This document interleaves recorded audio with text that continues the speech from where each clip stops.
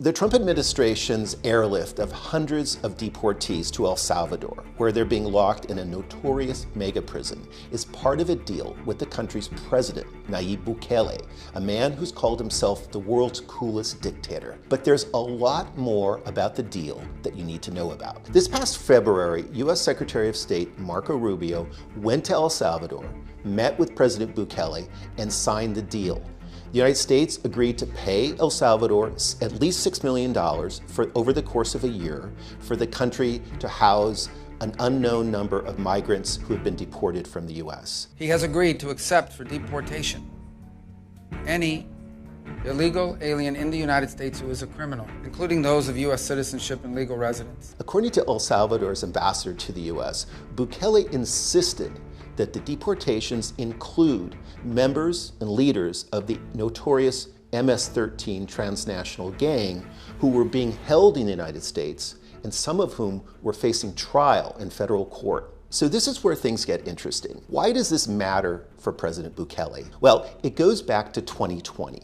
The investigative news website El Faro published a blockbuster investigation about secret negotiations between Bukele and his lieutenants and MS-13 leaders. They wanted the gangs to reduce homicides to help Bukele's party in midterm elections. What the MS-13 leaders got in return? Well, they got privileges, special privileges for their leaders who were locked up in prison, and eventually some of those guys got a get-out-of-jail-free card.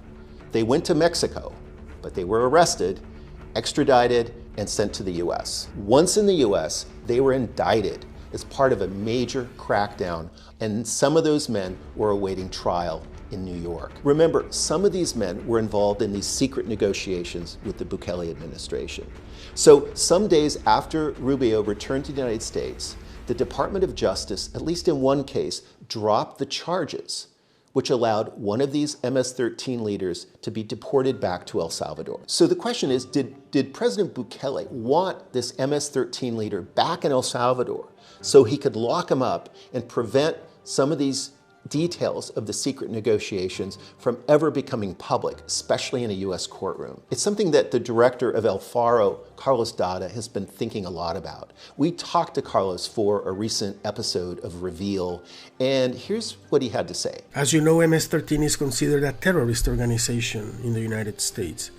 If the trial in New York proves Mr. Bukele's deals with them, it could potentially be very damaging, since it would mean that he had illegal deals with a terrorist organization and also illegally freed some of the terrorist organization leaders. The battle over these deportations is really important because it's showing how far the Trump administration is willing to go to exert executive power. We've got a lot more coverage and a lot more you can learn about President Bukele, his human rights record, and the Trump administration's motivations for building a strategic alliance with him.